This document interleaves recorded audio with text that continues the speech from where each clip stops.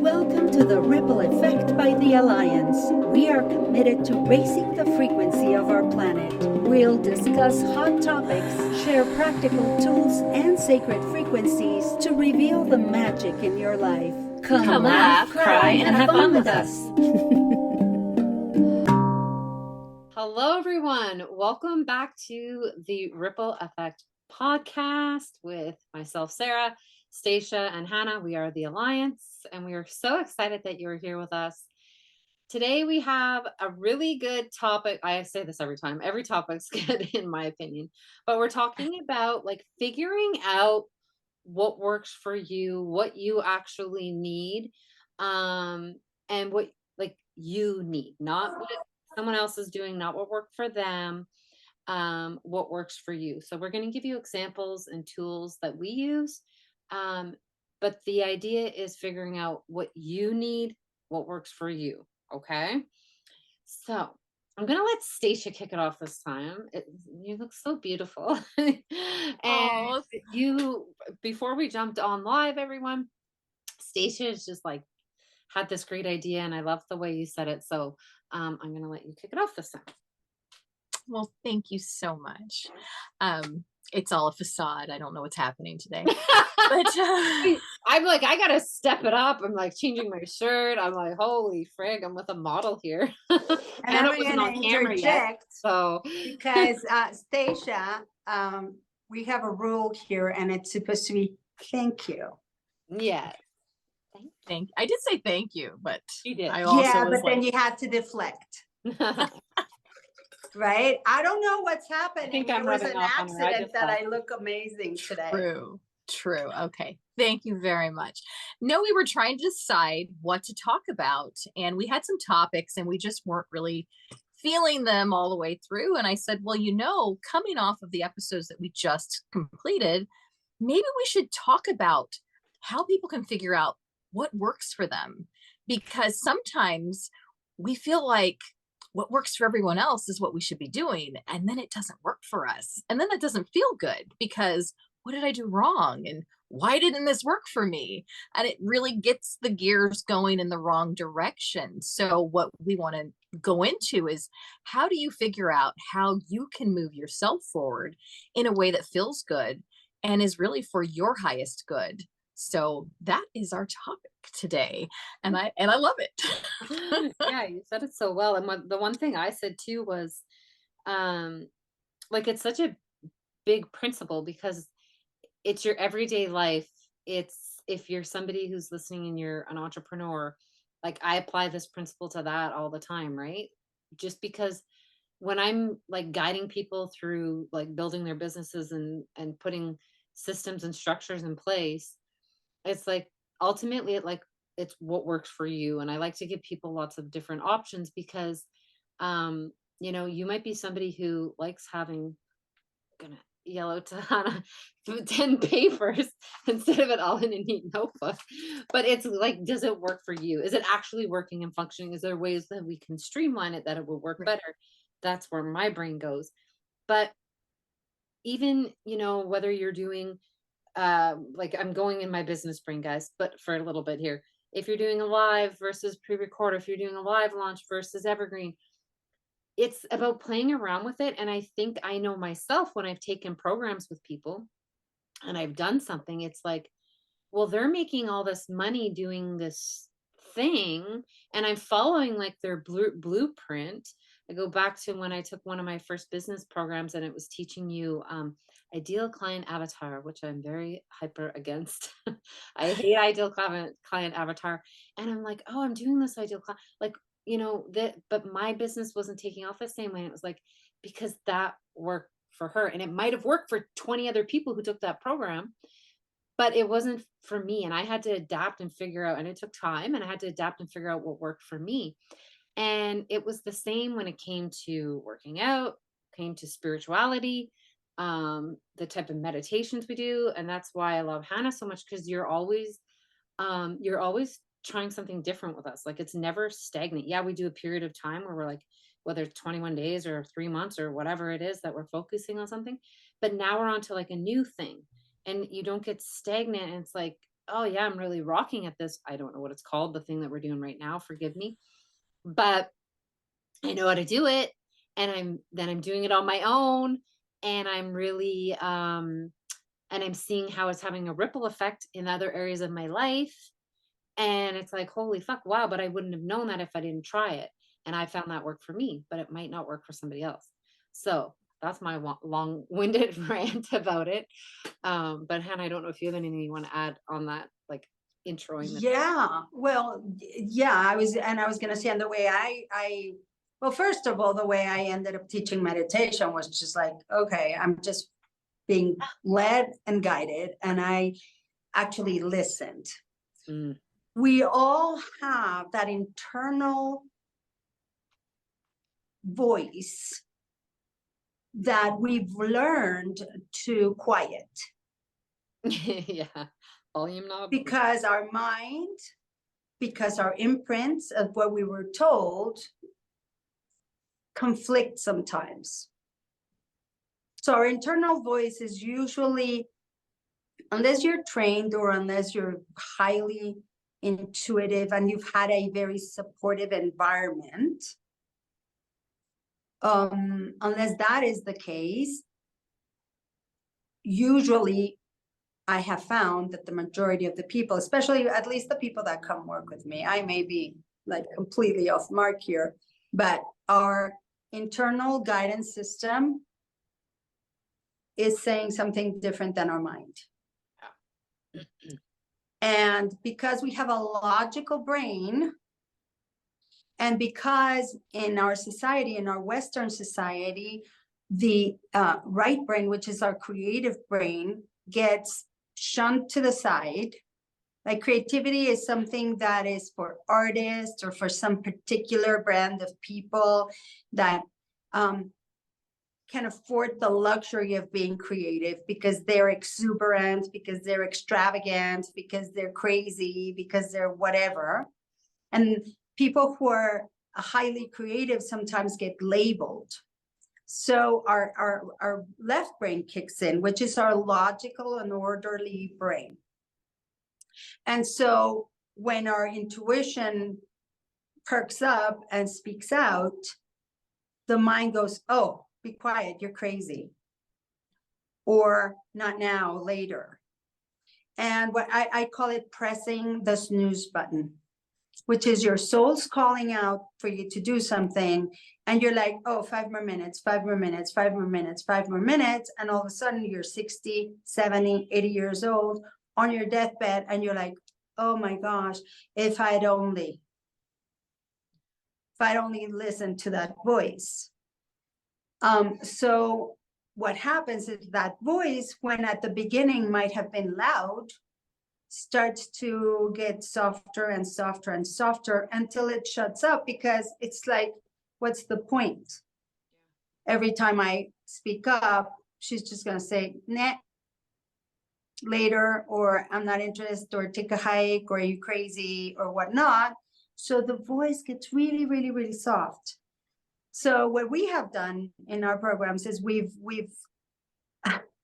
literally woken up that voice and turned the volume up. And the more you listen to that voice, the louder it gets. And then it becomes an automatic thing where that voice calls out and you just follow. But until that point happens, it is interesting to see how so many people who have had success at something, whatever it is, decide that whatever they're doing shall work for everybody else. And because it worked for them, they're like, I found the black string. And everybody can follow me because I am going to show you the black string. And once you do what I tell you, you will all be successful and whatnot. And then people go, we follow. I've been one follower. I'm like, okay, let me learn about that, see if that works. I recently worked with a coach whom I told from the beginning, I do not want to do summits. Not something I want to do.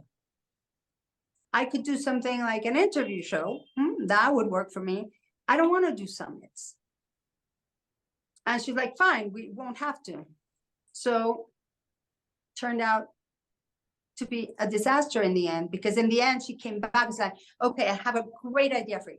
You're going to do a summit. You're going to do an interview series. And I was just like, she didn't call it a summit. She called it an interview series, but like as a summit thing.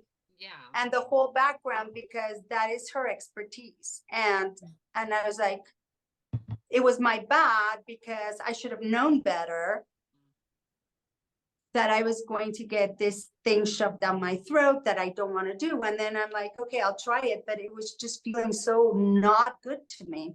And I just literally wasted all of my money, because nothing came out of that. Nothing. Except for now I know that if I work with a coach, I have to choose better. That I have to choose something that is really in alignment with me, and be okay if it isn't.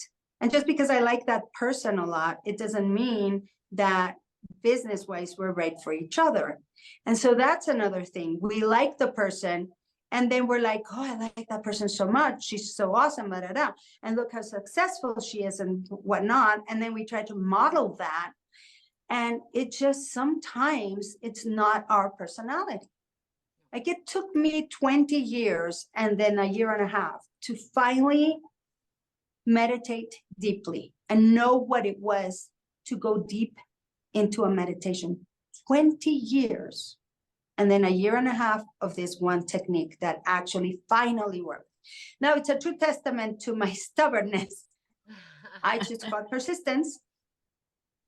But that for me led to the way that along with the speed reading part, right? And all the mind thing that I love to work on led to this system that I've created where we leave the mind out of it, and we don't judge it, and things just start to happen very, very quickly, because we work on it in a way from the physiological point of view, from the mind-body monitoring system, as opposed to stop thinking. Right. Well, Right? let's dissect that, because you just hit it when you said the non-judgment.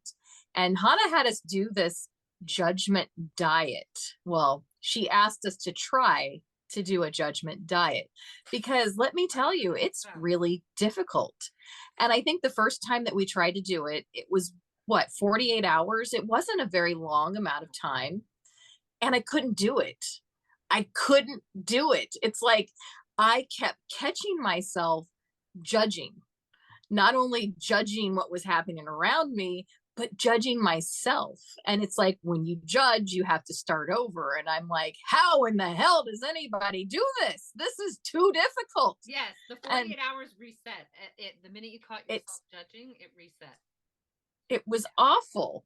But we kept at it though. We kept at it.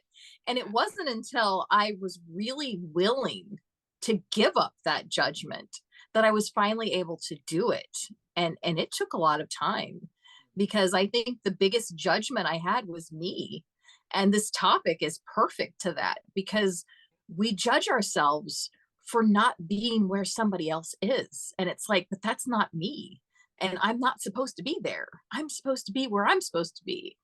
And so I wanted to just kind of jump into that judgment diet, because that is a really great tool for people to really start noticing where they're judging themselves. Mostly that was my biggest fault, was judging myself. But like, well, where you're bringing that judgment, so much time judging everything, right? Yeah. But here's the thing, our mind is wired that way, because as humans we need to label stuff and to be able to catalog it and put it in a box or in our filing system inside our brain. So if we don't judge it, we feel like we're missing out on something, because our brain is wired to catalog stuff.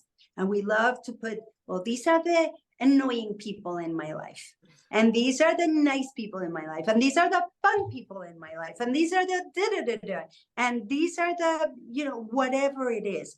And then what's interesting is we're human antennas and we pick up all the vibes from everything and everyone. And so if somebody's walking around with a judgment about themselves and you think you're judging them, chances are that you're just picking up their vibe.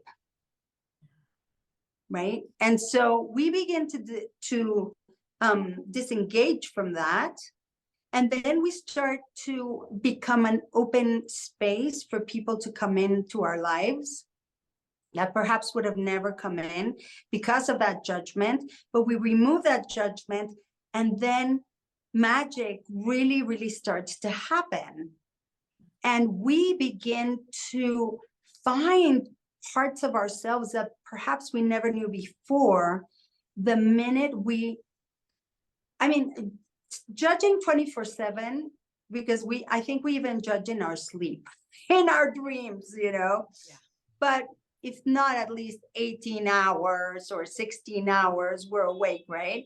And all that time, that judgment, it drains us of our life force. Mm-hmm. And when we stop that and we begin to not judge things and just be present to them and be able to look at things for what they are and understand that this is what's happening in life, right? And this is the glass through which we see life. And then you usually look at life through your lens.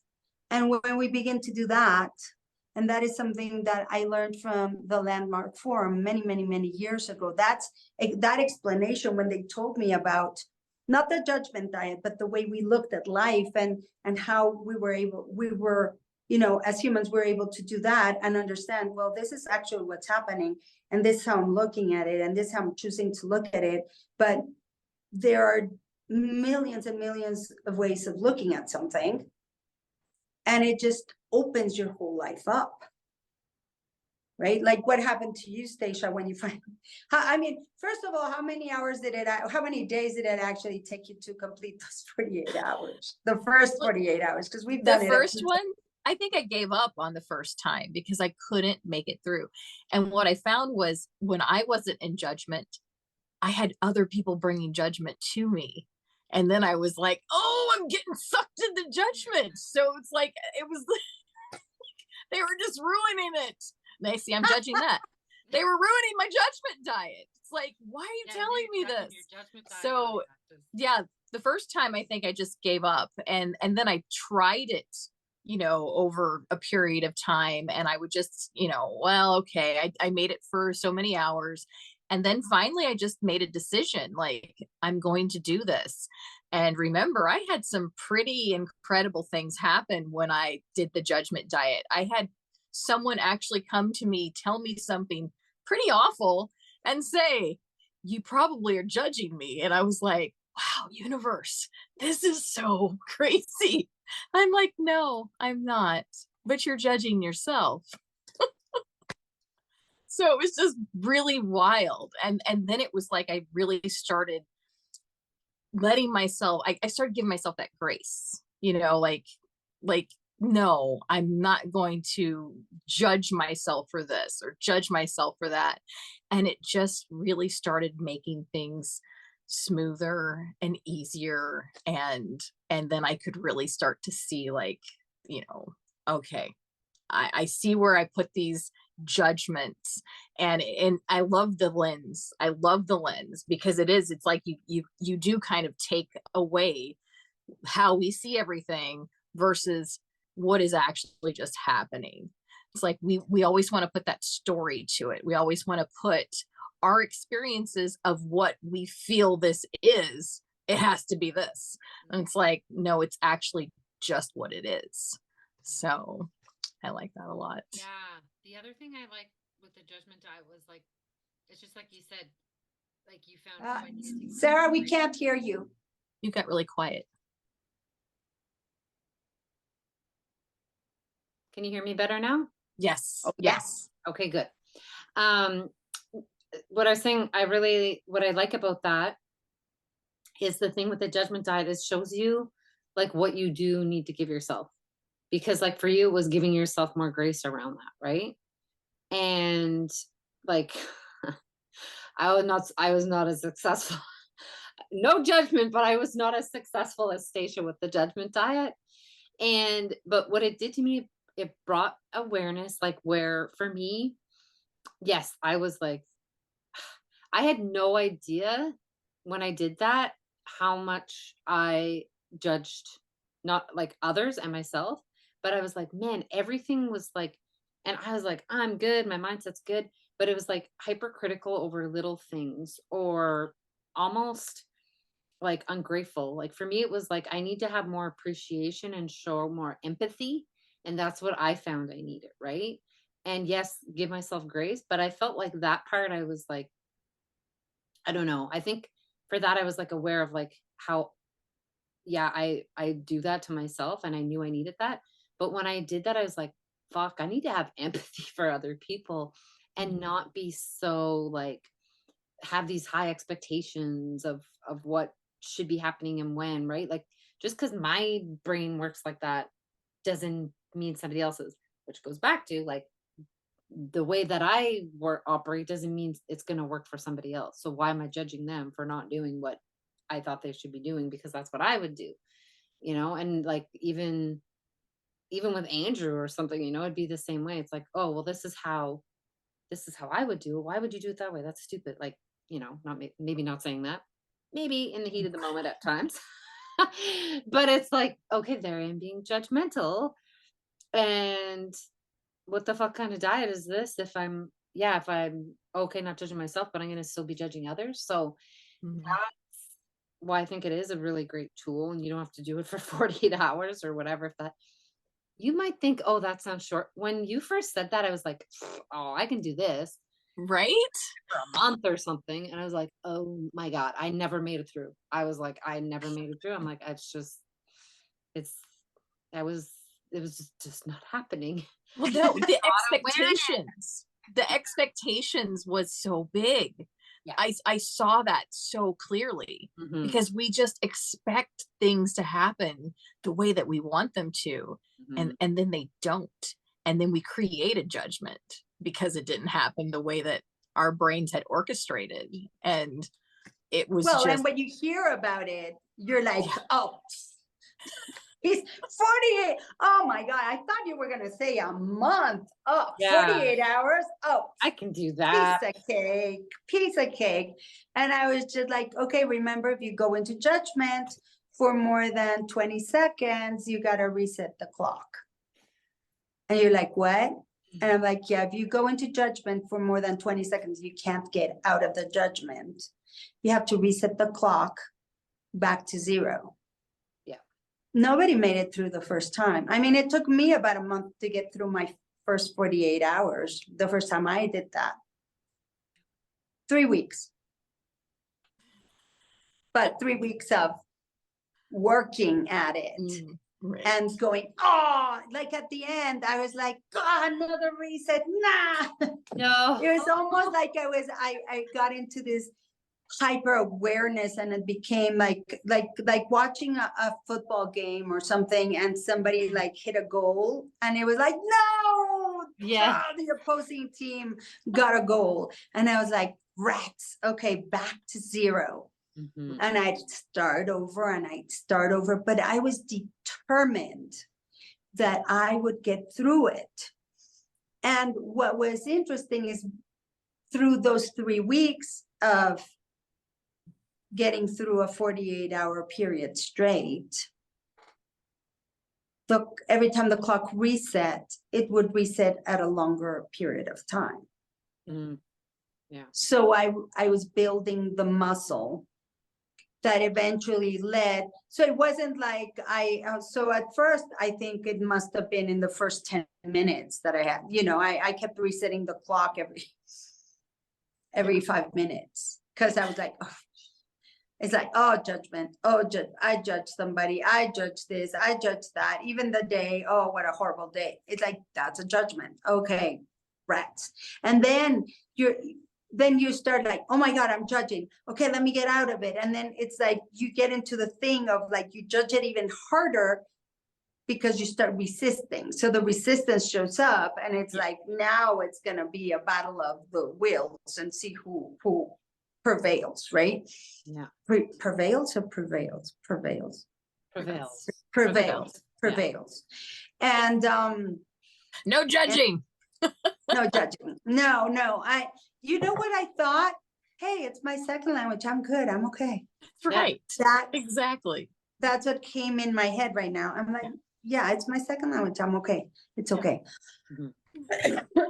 And now if I were doing it in Spanish, because I've lived in the US for so long, I'll start speaking Spanish and then I find that I think in English most of the time. So I don't know the word in Spanish, and that makes me really, I go into anxiety without judgment, but I just start getting like, I cannot believe I don't know that word in Spanish. It's like, I should know that word. Yeah. Then I get into judgment.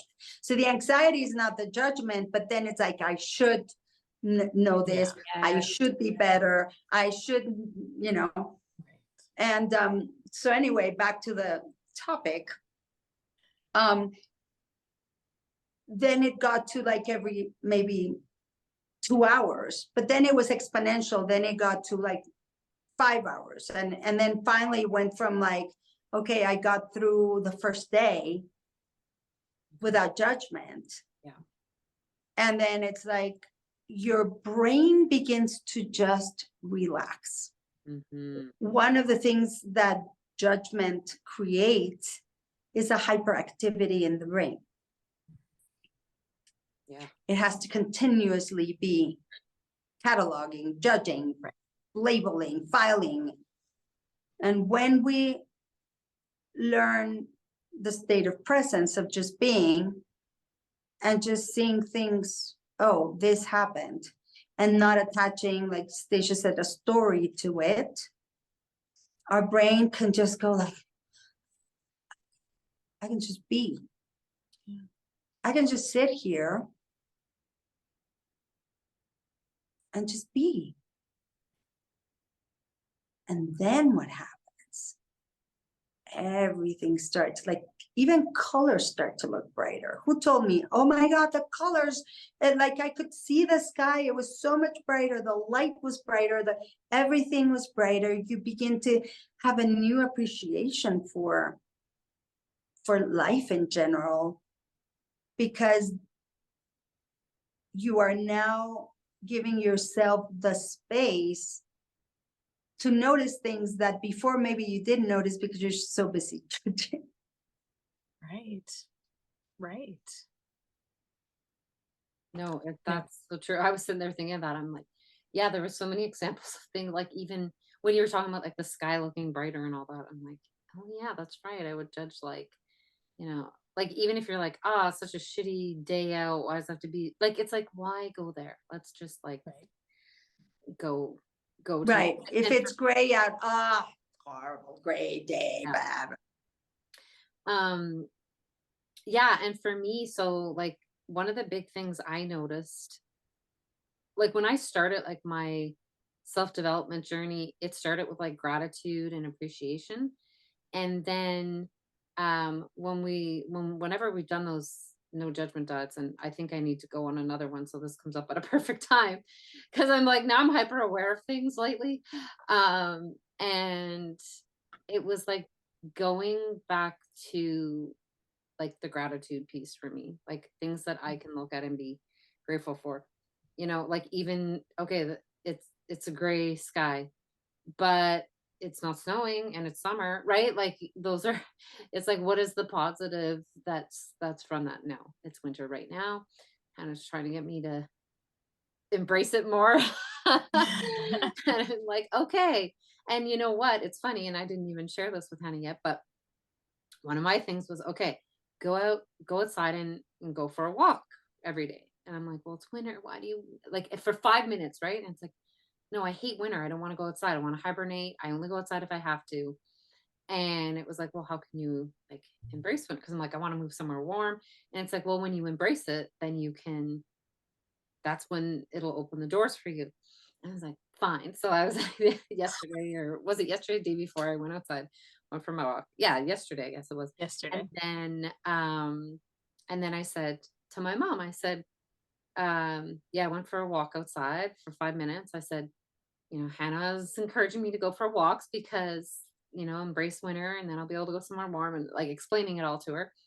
And she's like, well, I'll go for walks with you. And she said, yeah. And she said, she does this thing every year. It's like, I'm not sure the name of the women who do this. Wait, it's coming to me. Oh shoot. They have a podcast and stuff. Gretchen Rubin. And they do like 23 and 23. So mom will read for 23 minutes a day, supposed to walk for 23 minutes a day, that type of thing, right? Because it's 2023. So she's like, yeah, I want to walk for 23 minutes a day. I'll walk with you. And I'm like, oh my God. So now it's this fun thing I can do with my mom. We can hold each other accountable. We're going to walk. The stop sign's really far away. It's like probably like the 12-minute walk or whatever. So we'll walk there, walk back. And that's our day. So now it'll be even longer for me, Hannah, longer than the 5 minutes. But had I not explored that, I wouldn't have figured that out. Yeah, and Now it's becoming exponentially a better thing. Yeah. it went from, so, Have to okay, do to something I want to do. well, number one. Number two, we just got this assignment on Monday. Right. I'm going faster. Okay, and just for our viewers, Mhm. today is a Wednesday. So this has just happened in a 48-hour, well, it happened in a 24-hour period or less. Less, yeah. Less because it was Monday night. Mhm. And Yeah. then you spoke to your mom about it on what, on Tuesday morning? Tuesday, like afternoon, evening. No, on the Monday, Afternoon. Yeah. Okay, and then you went out and did it? Yeah. I had already did it and then I told her about it. So now we're doing it together. Okay. And now, how does it, okay, so instead of doing this, oh, today's Thursday, actually. Today's Thursday Yes. Oh, it is. We normally record. keep on thinking, Wednesday. normally we we- record Wednesdays. on Wednesday. So it's Thursday. Okay, but it happened on Monday. So, Told her- so yeah. So 2 days. how does it feel to you now thinking about the walks? Exciting. And I get to spend that time with my mom. And then she's getting her like thing in that she wants to do. Right, and you went from Amazing 5 minutes to 23 minutes. And I will show. See, you guys are getting our like live. This is what I would be sharing in our private sessions tonight. But it's like I had a moment, like the monkey moment, when you told me to go for. I was so mad at you on Monday. I didn't have know. my camera on, and I was like, "Fuck her!" I'm like, I want to go for a It's cold I here, said, Hannah. I don't like It's winter. Let it go. cold. Like Hannah just doesn't let things go. Like I was like, oh yeah, I don't like winter. She wouldn't be like, oh, okay, that's fine. Just because I'm like, can I do it on the treadmill?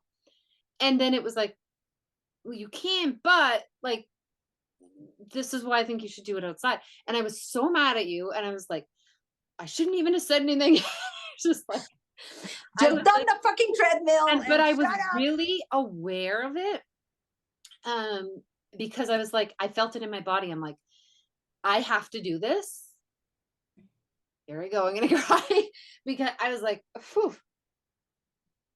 I knew when I felt that, and this is how you know if something like this whole topic is something you need, and that is, and to listen to your gut with it, because I knew when I met that resistance and I wanted to just be like, fuck you, I'm not doing this.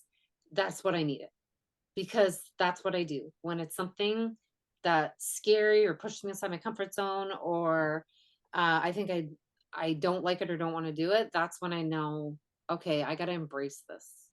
And so that was, we get off our calls at like midnight. So like the next day I was like, I'm going out. I'm going to go outside. And I originally had an excuse to go outside. My dad needed me to do something, like, no, this is going to be my time that I go outside for my walk. Wow. And I told you, go out for 30 seconds. Yeah. Yeah. Or like a minute or whatever. Yeah. And I was like, no, I'm doing the 5. Fuck this. I'm not, like, if I'm doing Oh, it. really? Oh, that's wonderful. Like, Yeah. yeah, because I said go for 30 seconds and then Yeah. go do the rest on the treadmill. But Nope, I take went for the yourself out full on. and do the part that you hate just for a teeny bit Mhm. to just get rid of the fear of it. Like for a brief second, I was like, oh, I only have to do this for the short time. But then I was like, no, I'm just doing it because I know I knew I needed to do it. Like my soul needed that. I was like, I got to embrace this.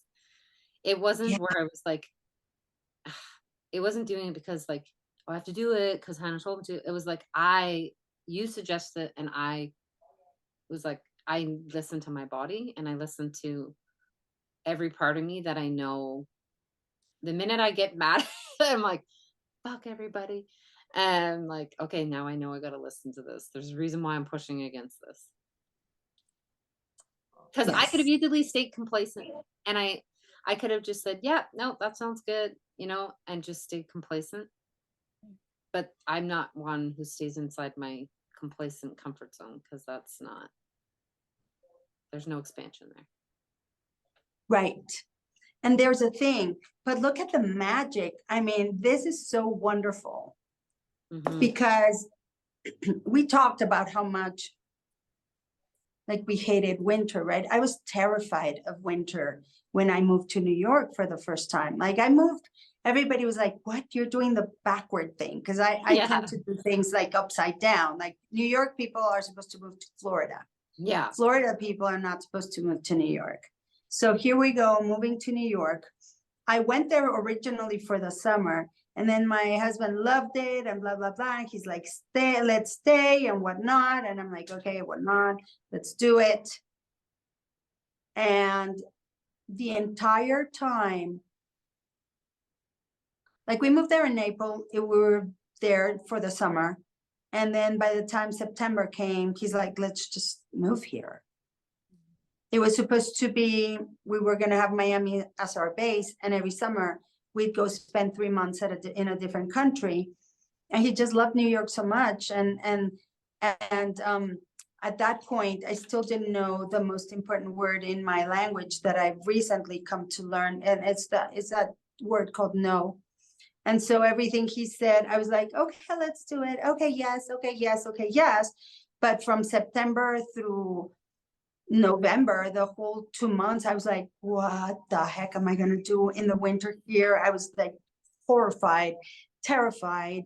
I had no idea how I was going to get through it. And something Julia said, one of our business partners told us, who lived there. And he said, there's no, the winter is just a matter of having the right clothing. Mhm. And I made sure I got really good clothing so that I could survive. But at that point, they were still making everything so huge, like the down. I was like, I had this white coat and I literally looked like the Michelin woman. I looked like a big marshmallow walking down the street, and I didn't care because I felt everybody in New York like wears grays and blacks and stuff over the winter. And it makes it even more drab and depressing. And I'm like with my white coat everywhere, like this marshmallow bouncing down the street. But what I did, and I shared with you, is I love hot chocolate. Mhm. Well, I love chocolate in pretty much any form. And I decided, well, I'm going to grab a map of the city and start finding hot chocolate places.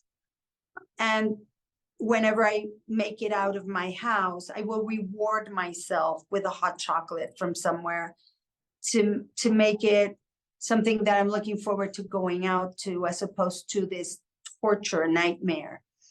And so I found a way to make this thing livable. I don't know what's happening to my phone. Okay. So livable, I could actually, tolerate it because I had something to look forward to. Yeah. And so I said, what can we do to make that happen? And then it was like, well, if you're going to do it for 30 seconds, you can do it for 30 seconds. And then do 4.5 minutes on the treadmill, and that would be that. But knowing you, I mean, I knew you were mad, and you were like, how am I supposed to love this? I want to move to the warm weather. And I'm like, yeah. And that's what I ended up doing. But it only happened after I opened the door. So when I started finding all the beautiful things that I could do in the winter, I started relishing when it snowed that I could go sledding with my dogs and my daughter. Mm. So I was looking, so snow would come, and I'm like, yes, we're going sledding. Oh, we'll take a day and go skiing. Oh, the winters usually are, sometimes are more milder than others. I had the parks all to myself. Because people in New York hibernate. They go into hibernation, and 7 o'clock comes and it's ghost town. And that thing about the city that doesn't sleep is a big lie. Go to the Upper East Side any winter night and there will be no souls walking around. And some areas you'll have, like, the tourist places and 42nd Street and Fifth Avenue and Rockefeller Center and stuff like that, because it's full of tourists, Yeah. But in general, the areas where the locals live, everybody's home, because at 4:30 it gets dark. So at 7, it feels like it's 3 in the freaking morning. Yeah. Right. And because I have this incredibly blessed and amazing schedule that I don't have to be somewhere from 9 to 5 and do all those things, I could choose to go to the park, at 11 o'clock every day if I felt like it, or, at 9 o'clock in the morning, or at 8 o'clock. And I would go to, when I lived in Riverdale, there's a beautiful park, Riverdale Park. And that park was my park.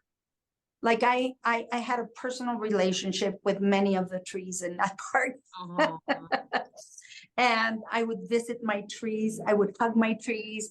My dogs would run free. I would look at the river, at the Hudson River, and just go down almost by the edge, and the train would go down, but I would sit flying with my legs flying off the little cliff, and just sit there and enjoy the Palisades view, which is all the rocks and the trees across the river in New Jersey, and the sun just hitting it just right. And it was just such a sight, and the absolute peace and quiet. And I could just be there with the birds and the squirrels and the chipmunks and my dogs going crazy and running and having a brilliant time. And those moments have stayed with me for forever. Like once those moments happen, they stay in your heart. They become part of you, and you become part of them.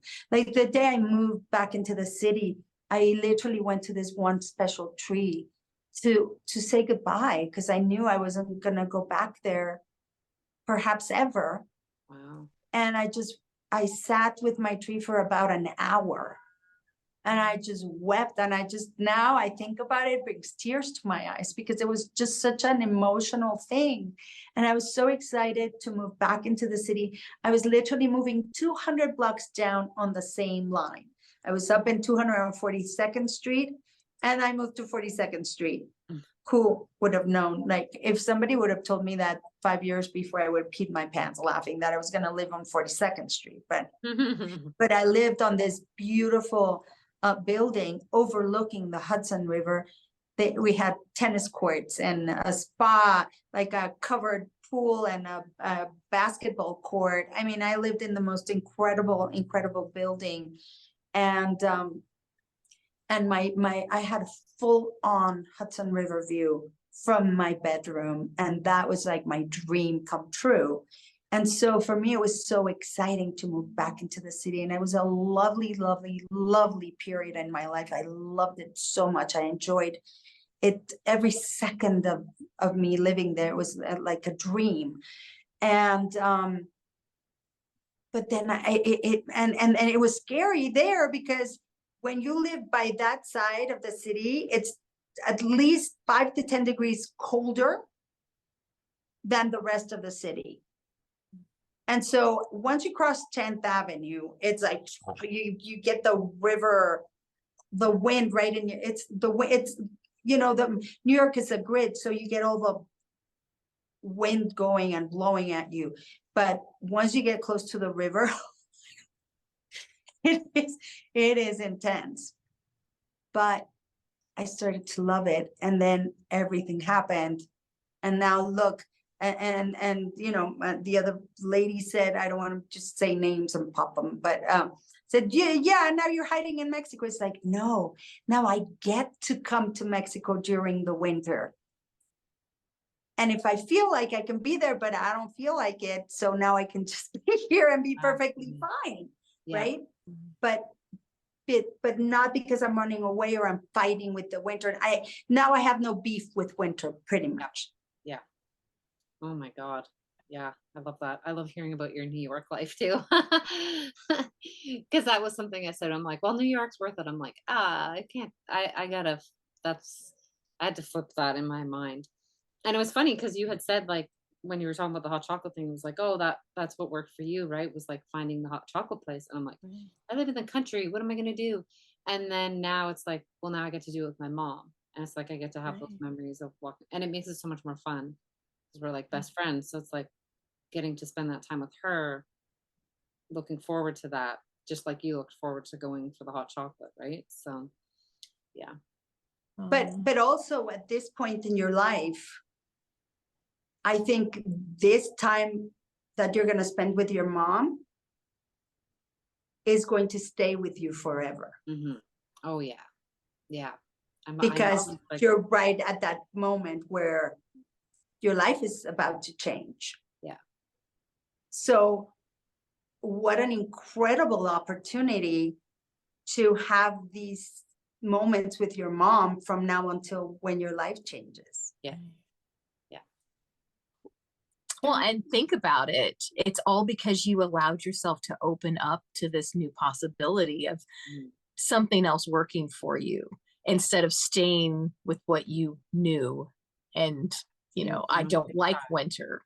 I don't like cold. And now it's like, I get to go out with my mom and I enjoy it.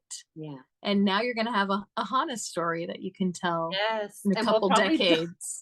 Like if it's a really cold day, I know we're going to be joking and laughing about it. Like, yeah, of course we're out here and it's like -30. But if that was me just going by myself, probably I wouldn't go.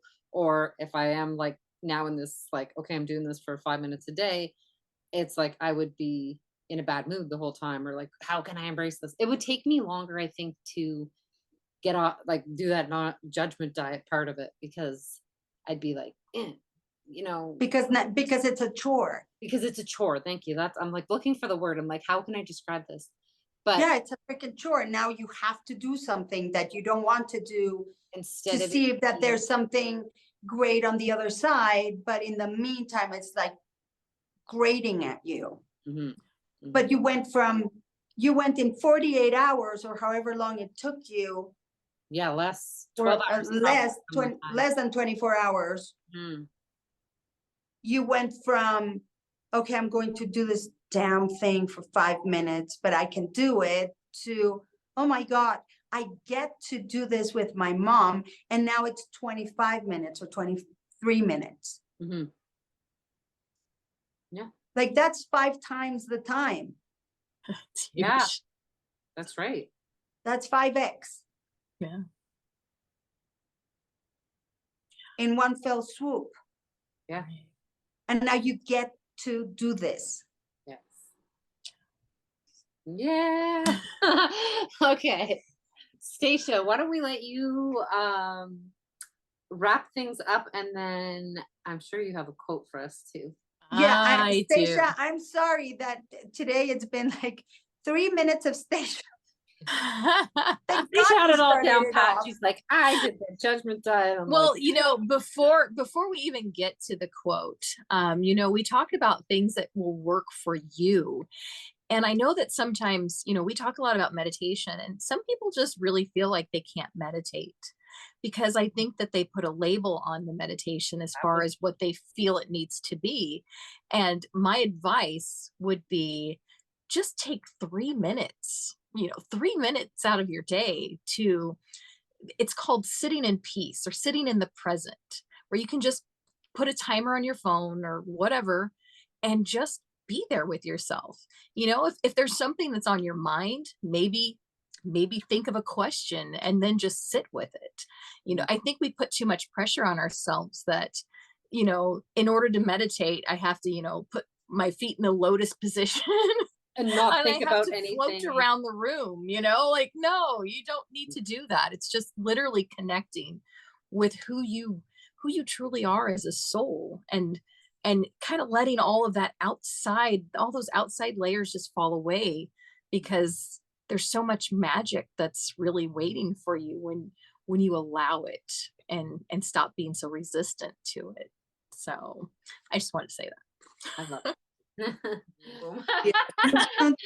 Quote of the day. So today, I didn't know what we were going to talk about because I thought, you know, well, I'll have a couple quotes. I'll just write one down. And this seems kind of perfect now. I don't know if you've ever heard of a gentleman named Soren Kierkegaard. He's from the 1800s. Like it's been a minute. But his quote was, life can only be understood backwards, but it must be lived forwards.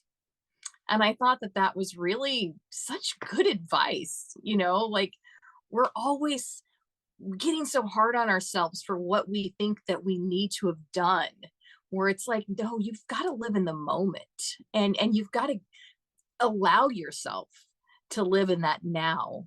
So I thought this was kind of a good quote for today.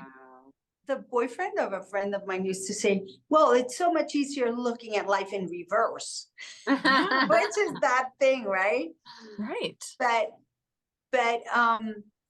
there's one thing that I would love to add to that, which is do you ever have you ever been, you know, had a picture taken and in the moment you're like, oh my God, terrible, and you go into your judgment again of yourself or the expectation, or I look like this or like that, and then you look at that picture a year later or 2 years later or 5 years later and you're like, oh my God, I remember that day. I thought I looked so terrible. I'm like, and you look at yourselves like, I didn't look that bad.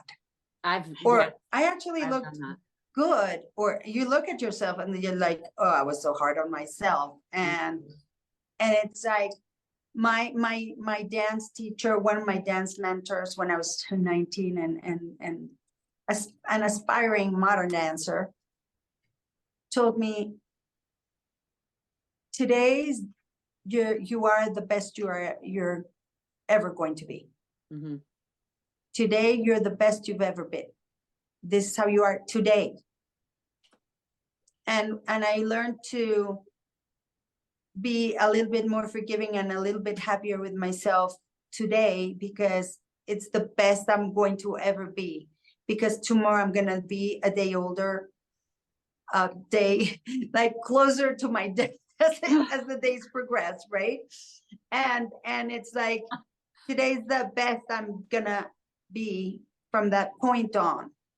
Yeah. And so if you start looking at life from the other end, as opposed from young getting, like, if you start looking at it a little bit backwards, right, in reverse, you can begin to be nicer. And if you remember, oh, when I look back, I look at myself and it's like, oh, I looked great and I thought I looked awful. If we begin to do that now, imagine how much better, how much kinder, how much more loving we can be to ourselves. Yeah. You You know, just made because we me expect people remember. to treat. Oh, go ahead. Go ahead. Oh no, I just saw it, like, people share memes, and it really stuck out to me. I should have wrote it down, but it said, if today you're only at 40% and you give 40%, you've given 100. Oh, yeah. And I was like, ooh, that's really deep. Wow, that is. Yes. Yeah, because we have these expectations, right? And like the expectations of the meditation, we're supposed to do that. And we're supposed to go deep, and we're supposed to sit in peace and quiet and meditate for days. Well, That's not how no, it works. It's not how it that's works. not how it is. And when we remove the judgment, give ourselves grace, and challenge ourselves to try something new that feels maybe uncomfortable, that maybe pisses us off, but we're willing. But here's the thing, you can be pissed off all you want, but if you give it a chance in spite of it, Mhm. you're opening the room for magic to happen in your life, which is exactly what Sarah did. She was pissed. Because I know how much she hates the cold, because I was that person. Mhm. Right? I was, and then we started doing the math, and I'm like, okay, how many days a year are you out? Yeah. And Oh my God. and it's like, wait a second. I think that when you actually Oh yeah, when we that was like, actually oh did my the count, so much of my that life. was like, And what? yeah, that was a big. And it's like, okay, so now winter has you prisoner, Mm-hmm. and then you are beholden to winter as opposed to you be the master of winter. Yeah, And I think that got 100%. you, because I'm like, I'm the master. It did. She I'm the spoke to my master. control freak. It's like, I am not going to be controlled by winter. Right? Stealing my life from me. It's like, yeah, because then you realize, holy wow, it's like I am hibernating for 8 months of the year. 8 months. Hence my pale complexion. Hence my Hannah will beautiful know if I'm skin. out or not. She's like, you're looking too pale. Get out there. So, yeah, but see, and then Stacia has given herself grace in so many of these situations, and has had quantum leaps in her growth, Yes. as you know. So everybody, and what's interesting is, you're gonna, first of all, it's so true that you get out of life what you put into it.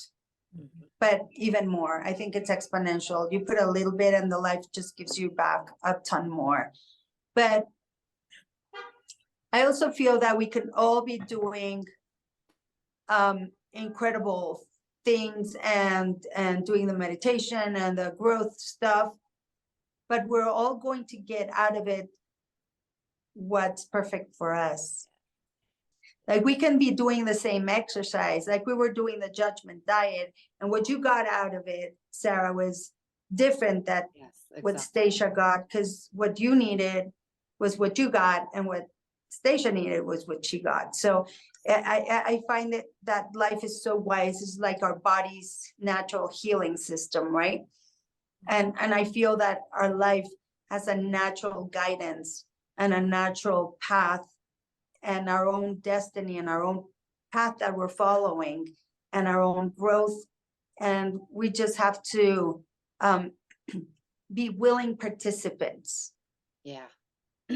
and life will surprise us, and shower us with magic if we just let it. Yes. I love that. Well, this is our episode, everybody. I hope you enjoyed it. Hopefully you can take a few tools away from this. Go try something, embrace it, I'm embracing winter. I feel like nobody has any excuse. Try it. And it's true. You're going to get out of it every situation. Anything that you try, you're going to get out of it what you need. Even like Hannah said earlier, found out I got to be more picky, like more careful when I'm choosing a coach. Doesn't mean that you're not getting something. You're always learning something from it. You're going to get out of it what you need. And just figure out what works for you and what you need. Listen, turn up the dial. Like Hannah said, we all have it on mute or sleep or I don't know, maybe Snooze. snooze, yeah. And it's time to like, oh, just turn up just a little bit, start listening, keep turning up louder and louder. You can go full blast like we do, and we do wild things, and then we come and tell you about it. So, all right. Well, thank you all for being here. We hope you enjoyed this.